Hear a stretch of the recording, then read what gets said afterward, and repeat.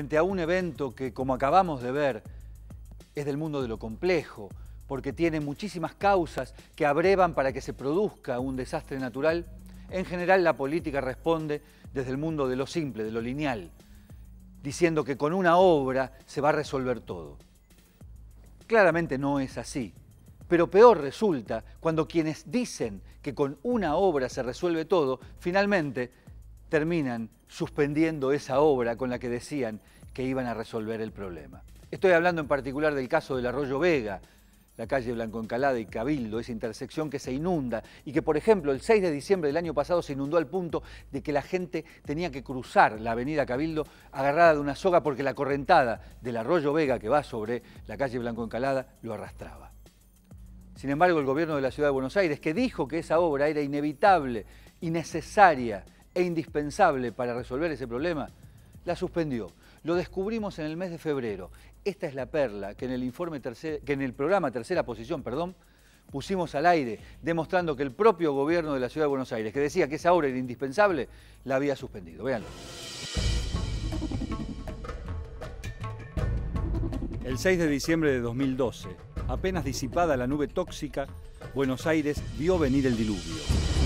Y con el diluvio, una inundación más de las 30 que en los últimos 25 años taparon de agua la ciudad. Con el arroyo Maldonado bajo cierto control, gracias al aliviador inaugurado pocos meses antes, el epicentro del desastre fue Belgrano.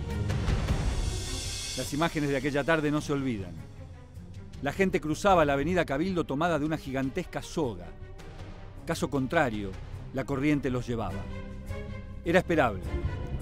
Es que por debajo de la calle Blanco Encalada corre el arroyo Vega, y el agua, siempre tan tosuda, tiende a ir por los lugares por los que siempre circuló. Los comerciantes del barrio de Belgrano tampoco olvidan aquella tarde, como no olvidan que su actividad comercial cambió a partir de que en los últimos años las inundaciones se volvieron más frecuentes y más violentas. Y como ocurrió el último fin de semana, cuando caen 4 gotas, además de rezar, salen corriendo a ver si entró agua a su negocio. Pero mientras ellos deben parapetarse detrás de compuertas que ellos mismos pagan, nadie, es decir, el Estado, les da otras cosas que promesas. Como siempre, el gobierno porteño habló de una lluvia impredecible y de una cantidad de agua inesperada. Y también, como siempre, habló de falta de obras. El jefe de gobierno se comprometió a que, cuando a imagen y semejanza del Maldonado se terminaran las obras del Arroyo Vega, esas imágenes no volverían a repetirse. El ministro Diego Santilli aventuró que las obras se iniciarían en 2013 y desde el bloque del PRO en la legislatura se aseguró que un acuerdo con el kirchnerismo permitiría que se buscara la financiación necesaria. Unos 130 millones de dólares hacen falta para que los autos no floten por Cabildo y Monroe. Sin embargo, e inesperadamente, el decreto 65, firmado la semana pasada por Mauricio Macri, determina la suspensión sin fecha prevista de las obras del Arroyo Vega. ¿Sabías que se suspendieron la licitación para las obras del Vega? Sí, me enteré por el diario justamente del tema, cosa que no me extraña en realidad, aunque tuvimos una reunión los comerciantes de la calle Blanco Encalada con Santilli hará un mes y medio aproximadamente, donde según él estaba casi resuelto el tema con el gobierno nacional, la famosa pasada de pelota de me lo tienen que autorizar, no me lo autorizan el préstamo, y bueno, y nos enteramos de esto ahora. La excusa oficial es que el gobierno nacional no accede a dar el aval necesario para el endeudamiento. Se trata de un monto que equivale a menos del 2% del presupuesto de la ciudad de Buenos Aires. En Belgrano, la noticia cayó como un balde de agua, pero ya están acostumbrados.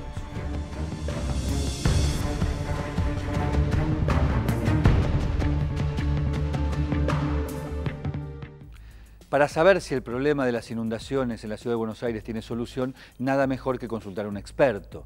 Más si ese experto tiene los pergaminos de Antonio Brailovsky, que es quizás uno de los próceres vivientes del pensamiento respecto de la política ambiental en la Argentina.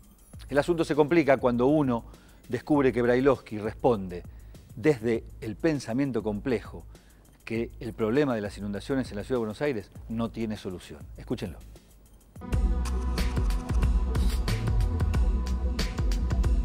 Antonio, el 31 de mayo de 1985 en la Ciudad de Buenos Aires llovieron 300 milímetros y se consideró, además de una lluvia insoportable para la ciudad, imposible de absorber, una especie de bisagra. ¿Qué pasó en estos 30 años prácticamente? ¿Se hizo algo? ¿Es posible haber detenido el proceso o era inevitable que la Ciudad de Buenos Aires, por el modo de crecimiento que tenía, se convirtiera en definitivamente inundable?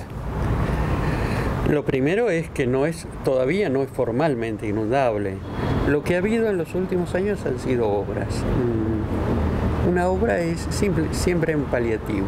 Poniendo obras bien hechas, lo que hace la obra es atenuar las crecidas. Tenemos menos agua en las calles, menos agua en las casas. E inmediatamente aumenta la cantidad de inundados, porque por razones políticas hay que mostrar la obra como la solución definitiva. No hay soluciones definitivas, no hay soluciones para toda la eternidad. Ahora, si no hay soluciones definitivas, ¿por qué la obra es presentada como una solución total? Más allá de que no sea definitiva en el tiempo, pero cuando la política presenta la obra como la única solución, como si no hubiera otra, como si fuera un problema de una sola variable. Porque la gente está condicionada a esperar eso, a esperar la obra mágica. Y porque también estamos condicionados a no aceptar el esfuerzo que significa la adaptación a un fenómeno recurrente. La gente que vive encima de un arroyo ha descubierto que el arroyo existe hace muy poco tiempo. Cuando uno hace el rastreo de cuál era la actitud hacia los arroyos a principios del siglo XX, tienen que desaparecer los arroyos.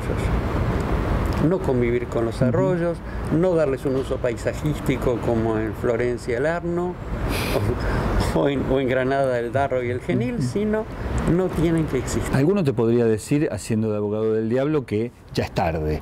Es verdad, tenés razón, qué problema, qué lástima, qué pena, pero bueno, no hay nada que hacer porque sobre el Arroyo Vega hay una calle que se llama Blanco Encalada y sobre el Maldonado hay otra que se llama Juan B. Justo.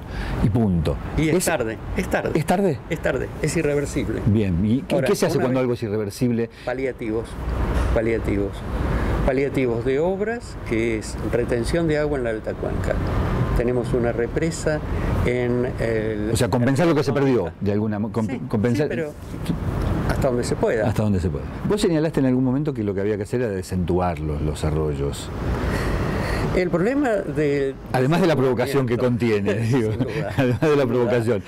¿Es viable? Digo, ¿uno podría desandar ese camino en algún lugar? Por ejemplo, en el Medrano, que quizás la urbanización no es tan cerrada como en el centro del barrio de Belgrano, o en el Sildañez, por ejemplo. ¿Uno podría tomarlo como experiencia de gestión urbana? Una cosa interesante es ver en la foto de satélite del Google Earth la desembocadura del arroyo Medrano sobre el Río de la Plata, que no se ve porque pasa por debajo de la General Paz y demás. Ahora al satélite no se lo puede esconder. Así es. Y lo que se ve es una mancha negra que sale allí rumbo a las tomas de agua de la ciudad. Pero además esa mancha negra está marcando por qué los taparon. Es decir, estos arroyos están usados como cloacas y como desagües industriales. De modo que si algo es una cloaca o un desagüe industrial, no hay más remedio que taparlo. ¿Es verdaderamente un problema de monto de dinero o es un problema de asignación, es un problema de política, es un problema de ideas, un problema de gestión? Yo creo que va todo junto. Ahora, también hay una cuestión de asignación de prioridades. En términos de la ciudad, uno dice, yo hubiera destinado más fondos a obras de saneamiento y drenaje que las que se destinan al Metrobús en la 9 de julio. En términos de nación, yo hubiera destinado más fondos a obras de saneamiento y drenaje que las que se destinan al fútbol. pero bueno, hay que organizar las prioridades de alguna manera. ¿Qué conjunto de medidas, chiquitas, grandes y medianas, uno podría adoptar para que la Ciudad de Buenos Aires al menos baje en la tensión y no se inunde cada vez más? Yo creo que en obras, retención de agua en la alta cuenca, desagüe importante en la baja cuenca. Lo obvio es no puede haber cámaras de electricidad subterráneas en un sitio que después van a estar debajo del agua, hay que subirlas. Lo menos obvio es no debe haber garajes subterráneos en el área de riesgo. O cuando uno habla con arquitectos, dicen, no, pero yo le puse una bomba ¿qué? Una bomba eléctrica, sí. Al final que pasa en una inundación. Se corta la luz. Bien. Mirándolo en términos históricos, esta última década, del 2003-2004 para acá, el boom inmobiliario, ¿fue una especie de década perdida? Yo creo que es por esto que hay más inundados. En definitiva, el mayor crecimiento inmobiliario se dio en las áreas de riesgo hídrico.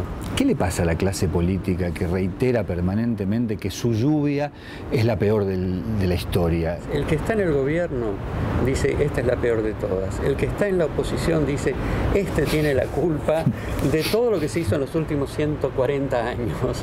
No, ninguna de las dos cosas son ciertas. Claro.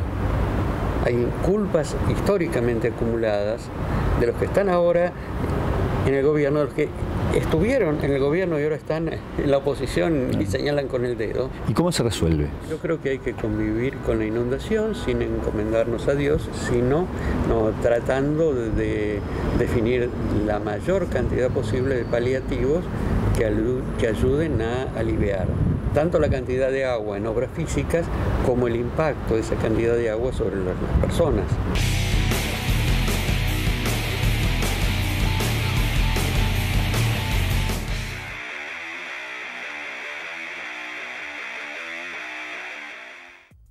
Conclusión, hay que convivir con la inundación, hay que adaptarse a esa situación, pero no resignarse y exigir política de Estado para esa mitigación y para ese enfrentamiento de una situación que no va a desaparecer mágicamente. Esas son las inundaciones en la ciudad de Buenos Aires. La semana que viene vamos a hacer aquello que le habíamos prometido que íbamos a hacer esta semana, hablar de la piqueta, hablar de la demolición en masa que ha sufrido la ciudad de Buenos Aires y otras ciudades de la Argentina.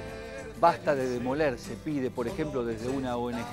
Vamos a ver si es posible dejar de demoler en la ciudad de Buenos Aires. La semana que viene en Contaminación Cero. Gracias.